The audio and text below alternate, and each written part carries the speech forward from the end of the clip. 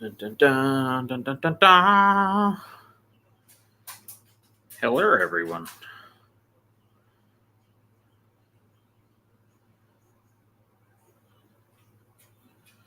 How is everyone this morning?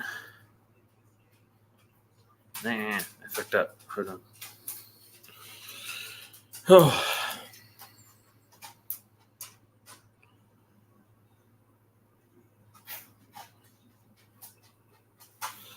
It is going to be a weird morning while I do this alone. Alright, it's live on Twitch. I assume it's live on the other one, so we're Gucci.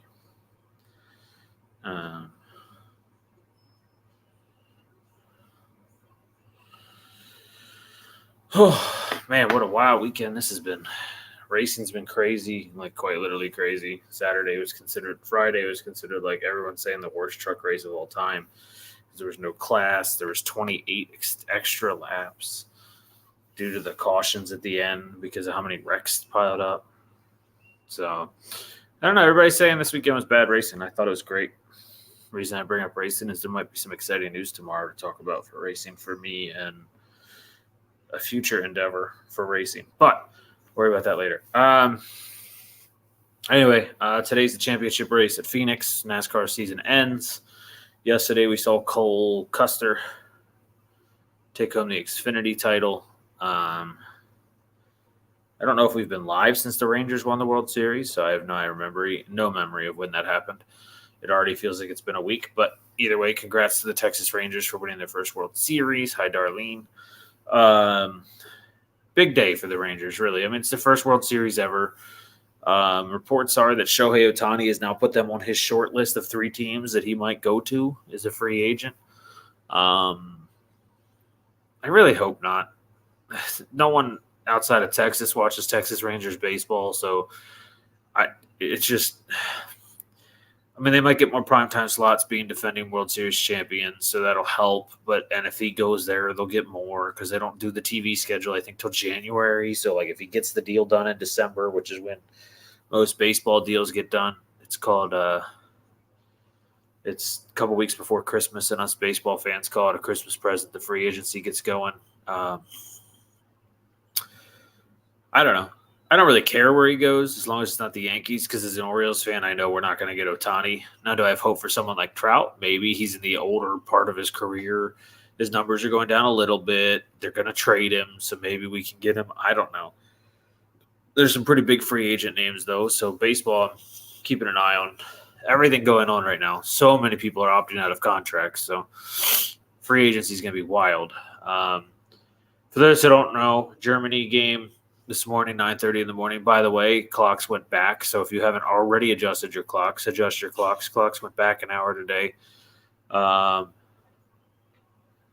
already fixed the kitchen clocks here, and phones and electronics do it automatically, which is wonderful. But just reminder, football game in Germany started with the Chiefs scoring on the first drive, literally dissecting. Mahomes was 5 of 6 on his first drive with 5 completions to 5 different receivers for that touchdown. Then it was a back-and-forth defensive battle until about 5 minutes left in the second quarter, and then the Chiefs just drove down the field like it was nothing again and scored another touchdown.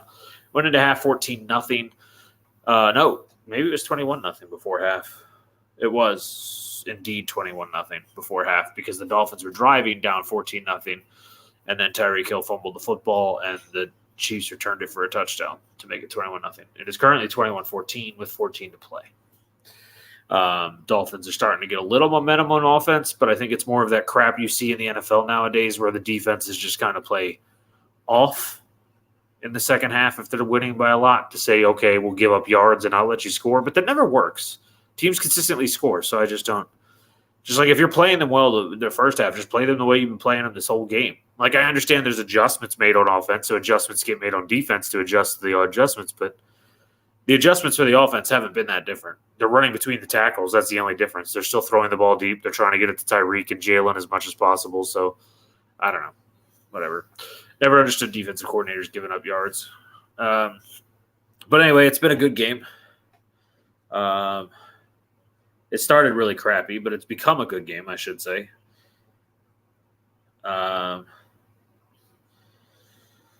And yeah, I am. Sorry, I'm finishing one of my DraftKings bets before the 1:00 slot starts because I'd rather have them done before. But I've got game picks for you guys, fantasy questions if anyone brings them on today, and injury updates.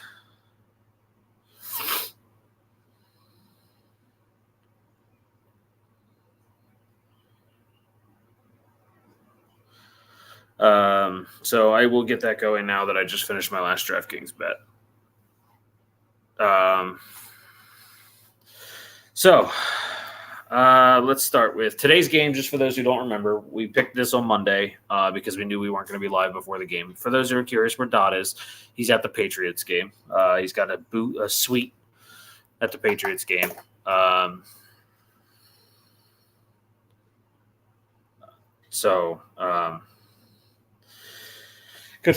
Good for him. Happy to see Dot actually be able to go enjoy some good football. Hopefully the Patriots Commanders game is pretty good. It could be a defensive shootout. A showdown. It could be a offensive crapshoot. You never know with either of the teams.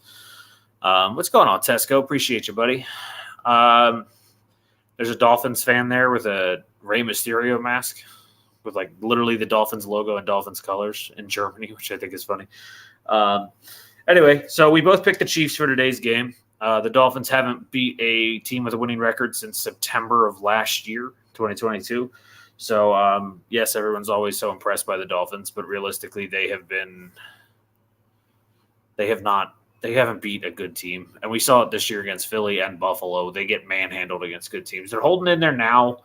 This, like I said, was 21-0. They were getting completely shit-showed. But the Chiefs' offense seemed to have fallen asleep in the second half here. Large part of that is when you get there on Friday for these travel games across the country, across the seas, you're tired. Now, they didn't start tired, but they seemingly have fallen asleep. And I think that's just their bodies are fatigued, and it's showing. The adrenaline of the game excited them at the beginning, but they're starting to go to sleep. Anyway, let's get rolling. Like I said, if anyone has fantasy questions, go ahead and ask. I just finished my DraftKings lineups and set my lineups for my fantasy league, so I'm Gucci. So we're going to start. I got to pull up the spreads real quick. This won't be as long as normal because there's no Dot. Last time I said that without Dot, I went all the way to like 1:00 because it was going.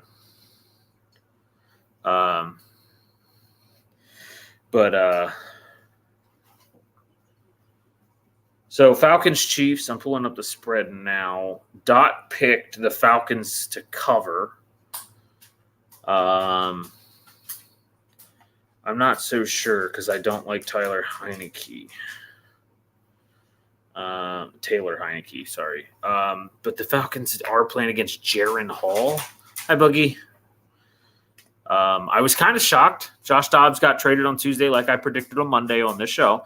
But I was kind of shocked Josh Dobbs isn't the starter after Jaren Hall. After getting traded to the Vikings. I don't know if it's a lack of knowledge of the playbook. They said he knows enough to be the backup, so he'll be the backup. So Jaren Hall will be making his first NFL start of his career, a rookie out of BYU. Had moments of pretty shitty football against the Packers, but he was thrown in out of he didn't expect to play last weekend in the last quarter. What happened to Kirk Cousins was sad, and these rookies don't expect – the rookies that aren't getting first-team reps aren't going to look great when they all of a sudden get thrown in. And everyone can shit on the Packers because I shit on the Packers. But realistically, that defense is elite. I know the stats aren't technically elite, but when the offense is never on the field and the defense has to be on the field all the time, yeah, they're elite stats.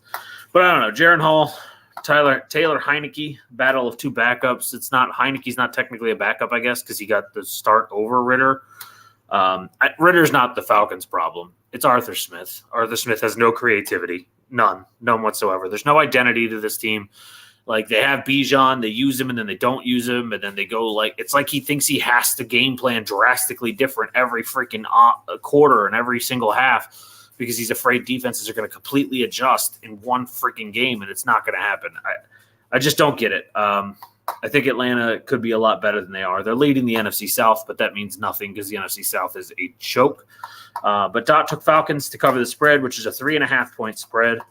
They're at home, so even with Jaron Hall as the starting quarterback and no ground game for the Minnesota Vikings, they only lost a 0.5 point in the spread since they already start down 3 in the spread for being the road team. They're 31st running the football, so Jaron Hall is going to have to pull off some miracles here. Justin Jefferson got some bad news this week. Sounds like he's still a couple weeks out. Jordan Addison will have to be the top receiver, him and Hawkinson. This is hard. I can't trust Jaron Hall. We've seen Taylor Heineke, what he is. He's either going to be good or he's going to completely destroy the Falcons' offense in one game. But I'll go with the Falcons as well. I think I'm going to say they only win by 3, so they fail to cover the spread is what I'm going to say. I think it's going to be a lot closer than people think. The Vikings defense has looked better every single week. I mean, each week they're getting better. Last week is a miss. You just ignore last week. When you play the Packers, you don't have to worry about offense, so your defense really gets a break. It was like a bye week for the defense last week for the Vikings. So, but the weeks before that, even against the Chiefs, they looked pretty damn good. So I think the Vikings will keep themselves in this game, but I don't think Jaron Hall has the talent to win this game.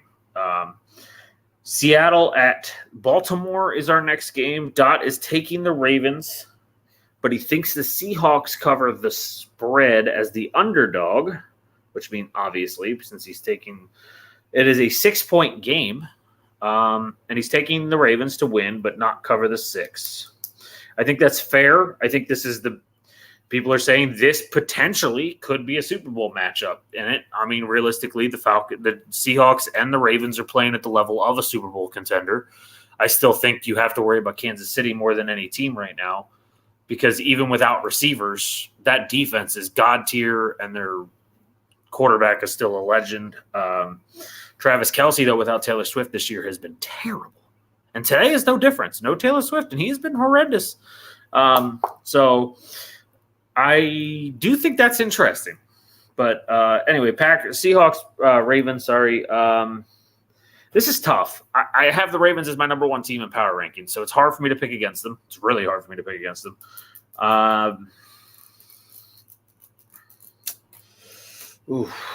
Man. I don't know. What is DK's status? Let me figure that out, because I heard that he was trending towards not playing as of Friday, and I didn't pay attention yesterday to an update. Have you guys heard of the game, the finals, while I look this up? Man, that game is incredible. The beta ends today, but still. That thing has consumed me. Let's see. Seattle, Sea Chickens, injury report. Or my Twitter won't scroll. There we go. Okay, they don't have one listed. So that doesn't help me any. That's odd. But been consumed. Yeah, full game's expected to drop. I'm so happy you said that, Tesco. I know. It is. I'm so excited for that game. I could not stop playing it. It is, and I was worried. I was a little worried. My friends weren't going to like it, so I suggested it to them, and I was like, if they don't like it, I guess I'll have to play this solo from now on. DK has been removed from the injury report. Okay. So I was concerned. I really was. But it's probably, in my opinion, it's just different. It's like it's the most different shooter on the planet. Like, there's not a shooter like it. Everybody's doing these what are they called? Exfil, the ones with like Escape from Tarkov. Everyone's doing games like that, or doing battle royals. No one's doing new just shooters. And this is an indie company that came out here and just put out a really good 3v3v3 shooter. And I think it's fun. It's just fun. It's not like, if you take it serious, I think it's going to have frustrations because there are things to it that just aren't that balanced. But if you just have fun and just try and enjoy yourself playing a game, it is really a fun game. But anyway, Seahawks, Ravens. I keep saying Packers for the Ravens. I don't know why. Ravens win. I'm taking the Ravens. I am excited to see Lockett and Metcalf against this Ravens defense, and Kenneth Walker and Jake Bobo and Jackson Smith. I think this could be one of the first times we see the Ravens defense get exposed. But I also think Lamar can expose the Seattle defense and make this a really wild game. And I also agree with that. I don't think the Ravens cover the 6 points, so I'm taking Seattle to cover that spread because I just think that this could be a field goal Justin Tucker game winner type game. The next one, Bears Saints. Hold on to your butts, to quote Samuel L. Jackson. What a thrilling game this will be. The Chicago Bears travel to New Orleans to face the 4-4 Saints. Chicago Bears still with Bagnett as quarterback. Derek Carr still airing it out pretty good. I have a hard time seeing how Chicago has a shot in this game. I'm going Saints. It's a 9-point spread. And I will say once again, the Bears will cover that 9-point spread. I'll go with it. Ooh, good question. Madison or Quentin Johnson? Okay. Who do the Chargers play on Monday Night Football? The Jets. Ooh. Is it PPR? I always assume PPR, but I like to ask anyway. I think even without, I still lean Quentin Johnson. He's starting to get involved. Palmer is out. It's PPR. Yeah, I knew that. And he's really – Quentin Johnson's going to continue to get involved. I'm going to go Quentin Johnson. Like I said a minute ago, the Vikings 31st in running the football. I don't see that changing.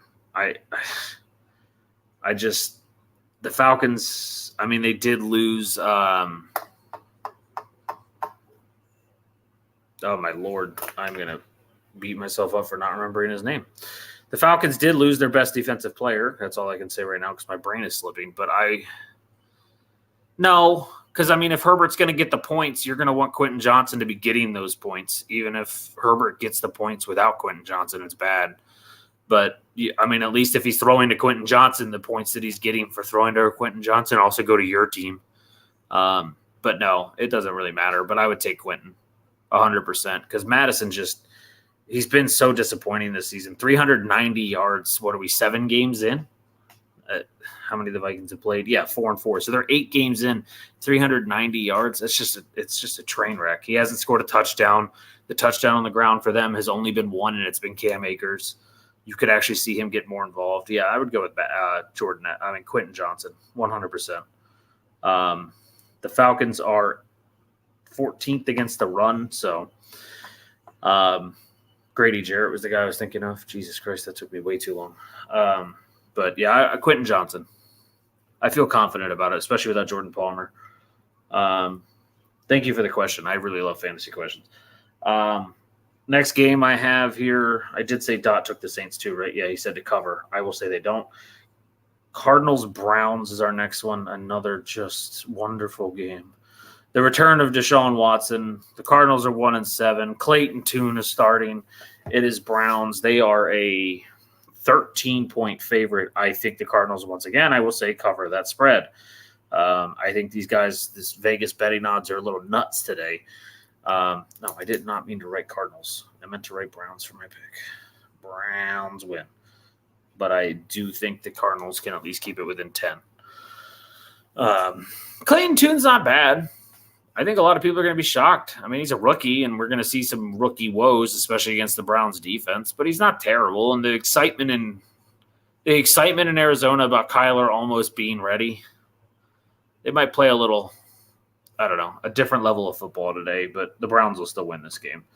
Our next one is Texans-Bucks. Dot took Texans to cover and win the game. I am also going to take the Texans to win the game and cover. I think they win by a touchdown. I think they get the ship righted after a very poor performance last week against Carolina. And Tampa Bay is starting to slide. And when Baker Mayfield in his career has started to slide, he slides hard. So I think we're going to see them continue to. When you can't run the football – oh, injury news, though, about this game. Dameon Pierce is trending towards not playing. I believe he's actually been ruled out.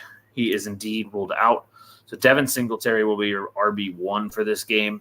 If you have him in fantasy leagues, the Bucs do play pretty good run defense, so I wouldn't start him unless you're hurting from bye weeks or injuries, but someone to keep an eye on, as Dameon Pierce has been a letdown this year as well.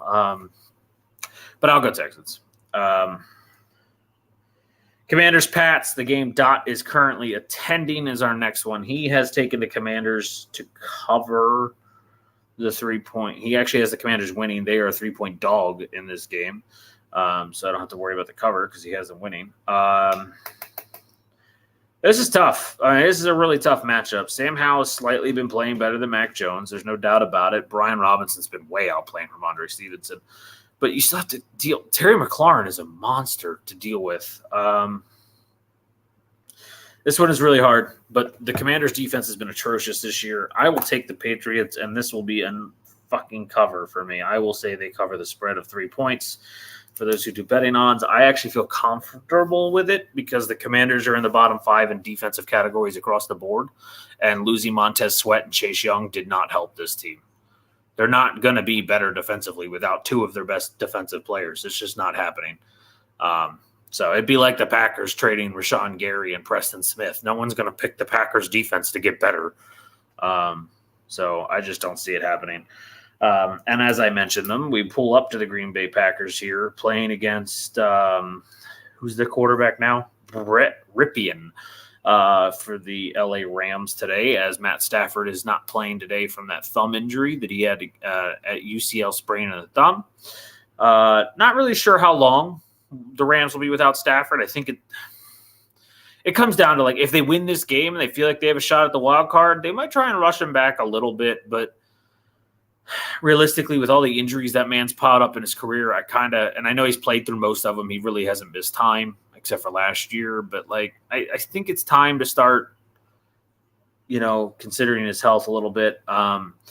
The Packers are a 3.5-point favorite at home, gaining 0.5 point compared to the 3-point regular for being the home team. Quay Walker's out for Green Bay. Not that it matters. He's been playing kind of blech football for the Packers. Dot took he's taking the Packers. He took the Rams originally, but when I texted him, Ripien was in. He's taking the Packers. News out of Green Bay this week is that they're going to use the last 10 weeks of the season to judge if Jordan Love is their starter moving forward next season or for the future. So Jordan Love has to prove it. Matt LaFleur needs to let the brakes off. I mean, I agree with James Jones. He was a great Green Bay Packer receiver. I tend to agree with a couple of the things he says, but he's also a little wild. But I agree with him here. I think that Matt LaFleur needs to just stop putting the brakes in the playbook and let the kid throw the ball and find out if he's your quarterback or not. Because you can't give him the Zach Wilson 5-yard dump treatment and expect him to be your franchise guy. You got to let him air it out. I say all this because I don't give a shit that the Green Bay Packers are at home. I don't care that I'm wearing their jersey. I'm taking the Rams. Puka Nacua is playing. Cooper Kupp's playing. I know our secondary is great, and I know we've been playing good football, but we traded Rasul Douglas. David Bakhtiari took the money and ran. No one's there to stop Aaron Donald. I'm taking the Rams. I just can't. Until they show me something and A.J. Dillon and Aaron Jones wake the hell up at running back, until all that happens, I'm no longer taking the Packers. I said it before on the show. I know I'm a Packers fan, but I have done nothing but see a terrible, terrible offensive unit from the top to the bottom. Aaron Jones should be the leader of this team. He should be taking over, and he's done nothing. He is falling and collapsing under the weight of actually needing to be a leader, and he sucks. And I'm done with it. So I'm taking the Rams. Fuck it. If we win, we win. Good for us. Hopefully Jordan Love looks good if we win, but fuck it. Colts, Panthers. Dot said this is his upset of the week. I didn't know this was an upset. I can't even find this game. Oh, okay. Yeah, the Colts are the favorite on the road. We both took the Panthers. I'm taking the Panthers. He took the Panthers. He's taking them as the upset. I'm taking the Panthers, but not as my upset of the week. I do think they win this game, though. Just be flat honest. I think they're the better team right now. Their offense has been trending up. Gardner Minshew has been still very up and down moments. Bryce Young is starting to look good. They're starting to get Mims involved in this offense. Not Mims, Jesus Christ. Jonathan Mingo involved in this offense. Yeah, I'll take the Panthers. I think it'll be a good game, but the Colts defense is starting to give up a lot of yards and a lot of points, which means it should be fun to see Bryce Young and how he handles this kind of defense. And the other thing the Panthers have done that is a big positive, and I know a lot of fantasy owners hate to hear it because they drafted him, but they've started to take Miles Sanders out of this offense, and that's huge. He's terrible. He's atrocious. See, the Eagles were okay running the ground last year, but they used a plethora of running backs while using Miles Sanders. Now they can just use DeAndre Swift and Jalen Hurts. Miles Sanders is so bad he needs 3 backups. Chuba Hubbard is the better running back, and I'm glad Carolina has started to realize that. So I'll roll Panthers. The big game of the week, Boogie's going to be probably just glued to her television, just freaking ready to go. But here we go. The Dallas Cowboys roll into Philadelphia for a 3-point line in favor of the Philadelphia Eagles, who are the favorite. But reminder, you'll gain 3 points in the betting odds for being the home team. So they're calling this an even matchup. And to piss off Boogie, Dot has taken the Cowboys in this game. I will do the opposite, and I'm going to take the home team because the Cowboys, when they travel, are a mid-level team. They're about a 10th to 11th rated team when they travel. At home, they might be the best team in the league in Jerry World. But on the road, they're mid. They're not great. I don't think they're going to be great in this game. I'm 100% confident the Eagles will do everything they can to win this game, and they will do everything correctly. I don't know what the Cowboys have that's going to touch A.J. Brown. I just don't. There's no one in that secondary that is good enough to hang with A.J. Brown. People can tell me Tyreek Hill is the best receiver all they want. He's not 1B. He's not 1A. He's not 1. A.J. Brown is 1. And I will 100% stand by that because when you face a good defense, L'Jarius Sneed shut Tyreek Hill down in the first half of this game before he got hurt. I think that A.J. Brown is good no matter who he plays. And I just think that's going to be the X factor in this game. And then you still have to cover Goddard, Devontae Smith, and DeAndre Swift. And then, I already said that. No, I did not. And then Jalen Hurts. It's just too much. And the Cowboys don't play that fast-paced pass rush defense on the road. They just aren't as good. Eagles for me. The Eagles could prove me wrong, which will make me lose all confidence that they're a Super Bowl team because the Cowboys lost to the Cardinals and got smashed by the 49ers on the road. They're bad on the road. I just want to reiterate. But anyway, one game to go before Sunday Night Football, and it is the Giants and the Raiders. What a game. We've all heard the news all week long, right? All right, so Mike, they fired Josh McDaniels. They fired the GM. About time. I've said this before. This is karma. The Raiders being this bad is karma for firing Rich Bisaccia 3 years ago. The guy took over for John Gruden after all the John Gruden crap came out. He was great. Phenomenal. Took them on a run. They went on a winning run, like a 5 out of 6 or something like that after John Gruden got fired, and takes them into the playoffs. They get into the red zone as time expires against the Bengals, who, by the way, went to the Super Bowl that year after beating the Chiefs.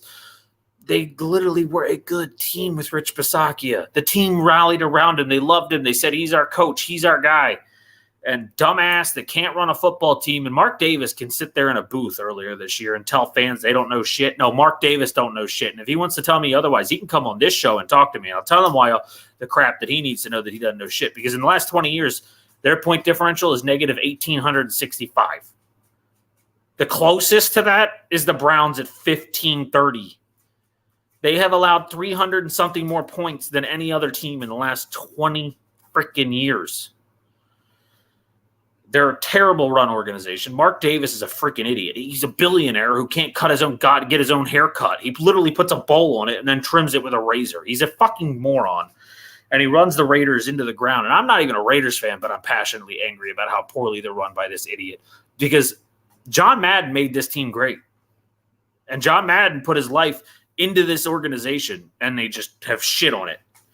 They're going to win this game. The Giants have Daniel Jones back, which is bad for the Giants because he'll turn the ball over. He'll throw terrible wide-open passes and miss them. So the Raiders will win this game because the whole team has already said they love their new coach. They're going to play for this new coach. They'd run through walls, as Devontae Adams said, for this new coach. Good for them. They found passion. But there's playing Aiden O'Connell over Jimmy G, so they owe Jimmy G now. They just had to pay Josh McDaniels, I think it said $48 million to get him out of this contract. So, they already were cash strapped from the John Gruden deal, now the Josh McDaniels deal. They're just continuously getting worse. This organization is running into the ground, but they're going to win a football game here this weekend in Las Vegas, and they're going to beat the Giants, rallying behind their coach. They cover the 1.5 point spread and win by a touchdown. Josh Jacobs has to come back in this game, though. Aiden O'Connell can't carry them. The Giants' defense has really gotten good over the past month, so it'll be an interesting game. I think it's going to be low scoring. It's going to be sloppy, but I think the Raiders wind up winning this game.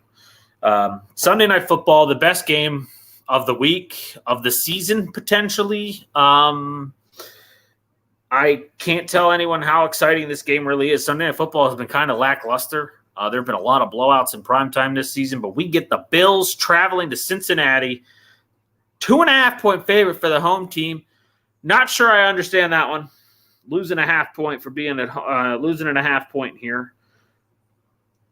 But, I guess everyone's Josh Allen's biggest fan. I don't fucking know. The guy has 8 interceptions already on the season, and they've only played 8 games.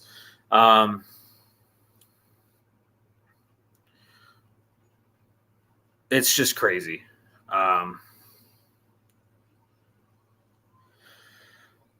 But I don't know. It's hard to pick this game. Dot went out and picked the Bengals to cover 2.5 points. It's hard to pick this game because Josh Allen tends to step up in prime time.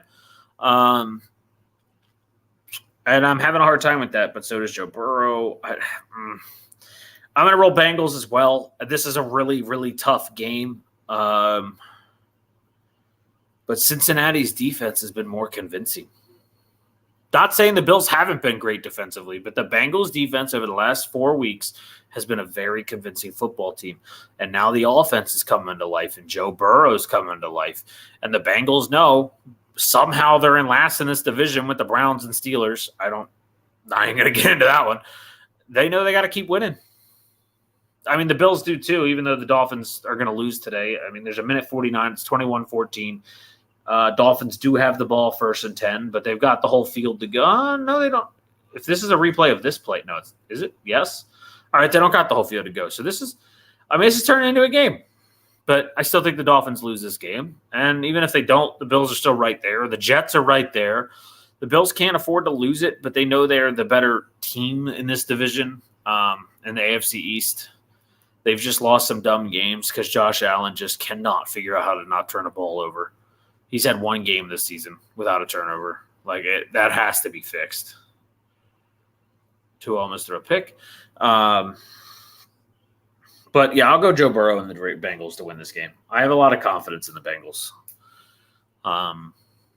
They look good right now. Joe Mixon got involved last week, which is so big. People don't understand. He was so bad at the beginning of the year. If Joe Mixon gets involved in this offense fucking flourishes. So, yeah, I'll go Bengals. Should be a good game. There's been a lot of trash talk between the two teams on social media. I've seen Bills fans claiming the only reason the Bengals beat them last year is because it snowed. Bro, you're from Buffalo. Your team is from Buffalo. They should play in the snow pretty decently. If not, they're doing something wrong. So let's not blame the weather if you're a Buffalo Bills player. Anyway, Sunday Night Football. That's Sunday Night Football. We'll be live tomorrow before Monday night, but Dot did send me his picks, so I will give our picks for Monday Night Football ahead of time.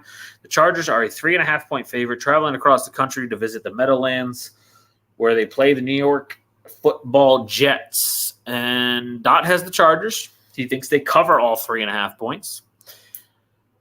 This is my upset of the week. I'm taking the Jets. I 100% am taking the New York Jets. I think their defense is going to cause fits for Kellen Moore in that offense. Justin Herbert's a good quarterback, don't get me wrong, but Kellen Moore's offense has been very, very passive this season, and a passive offense is not going to beat the Jets' defense. I think we're going to see a 60-yard game out of Keenan Allen. I think we'll see a 5-catch, 58-yard game out of Quentin Johnson. Eckler will probably get 40 yards, but I just don't think they're going to get into the end zone. I think they're going to make a lot of red zone trips and a lot of field goals. Dicker, the kicker, is going to have a good week, but I just don't see it. I think this could easily be a Jets 17 to 12 win with 4 field goals from the Chargers, and it's going to be probably a pretty chilly night. It's been chilly around here lately. And I think it's going to be a chilly, cool night where it's going to be harder. It's going to be a hard game on the offensive body as the defense's physicality is going to kick in. And the Jets are a physical team. I'm excited. I'm excited for Monday Night Football. I'm excited for Sunday Night Football. Anyone has any fantasy questions, I'll stick around for a couple more minutes as this game comes to an end. It is 4th and 10. The Dolphins have to convert here. They've only got one timeout, so the Chiefs could go into kneel formation if they win, victory formation if they don't convert on this 4th and 10. The Dolphins have been horrendous on 3rd down today. I mean, absolutely horrendous. And that's causing them some problems. But while I wait for this play to go down because the Dolphins called a timeout, for those who did not hear me earlier, NASCAR's championship is today in Phoenix, if anyone's interested. There will be some news about me tomorrow as I iron out some details about me potentially having another show/podcast to do. But that'll be revealed tomorrow as I still got to iron out the details through the day today. And for anyone who cares, wrestling happened yesterday. I can't even think of the name of the fucking pay-per-view. The main event was so bad. And Tua fumbles the snap.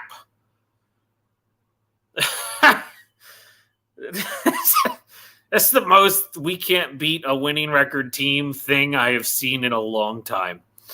Oh, Crown Jewel. That was the name. Crown Jewel happened yesterday. Roman Reigns continued to have the most boring title run in the history of WWE. So that happened. But anyway, Chiefs win. They're going to go into victory formation unless, like, literally Patrick Mahomes fumbles a victory formation snap. I mean, it literally hit him in the hands and Tua fumbled it. They can't handle the pressure.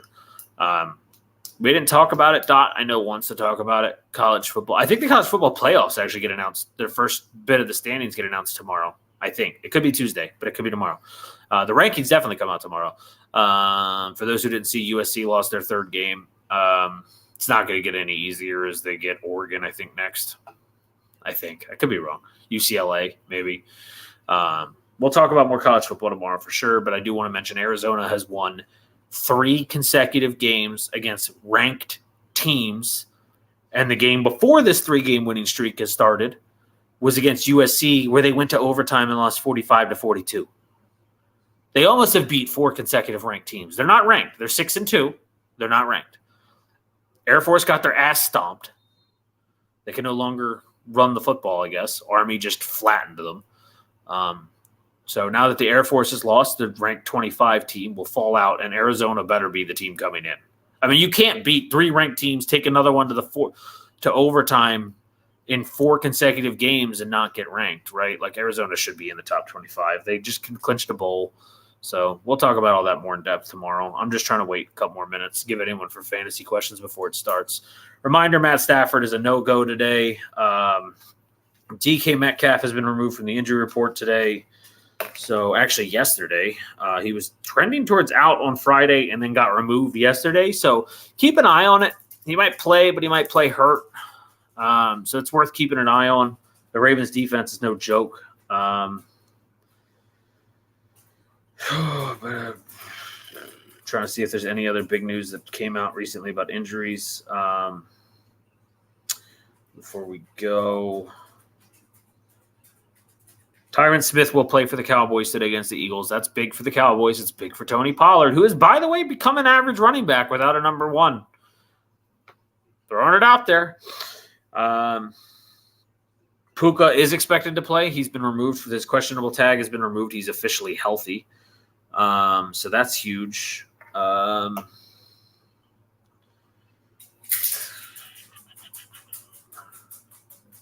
other big deal. Montez Sweat traded to the Bears, a trade deadline. We didn't talk about trade deadline. I want to wait for Dot so we can give the grades tomorrow. But Montez Sweat traded on Tuesday. Wednesday, they tried to get a deal done. He looked at it. Thursday came back and said, I need to know what this team is doing long-term before I sign a contract. Reminder, it's a contract year. So they almost traded a second-round pick and didn't get their guy. They signed the deal officially today, 15 hours ago. So yesterday, 4-year, $98 million contract. So a big bag for a guy who is a good pass rusher, but probably not worth that. So either what happened was they sat down privately and told him, this is where we're headed. We're going to get Caleb Williams or whatever. Something to convince them they're moving forward, right? Or they just said, fuck it. Let's hand him so much money he can't turn it down. So one of the two things happened. I don't know which. But originally he was saying he wasn't going to sign because he wanted to see where they were headed. But he wound up getting that deal done. Josh Norman, talk about a fucking old-ass name, has been elevated from the Bills practice squad. He will play today. And, yeah, Kyler Murray was not activated yesterday, so they will go a week without him, but he shall be back in their next game that the Cardinals have to play. So, you guys got any other fantasy questions for the 4 o'clock or 8 o'clock slots? Go ahead and text it or whatever. Send it on our Discord, whatever, wherever you know how to talk to us, Facebook. I don't care. I will be here. I will answer questions. I'm not going to shit around too long here. I'm going to see if there's anyone to raid. I will say happy Fortniting to all you Fortniters. As I know everybody's so excited the OG map is back. I know I said something in the Discord. I didn't mean to upset anybody. But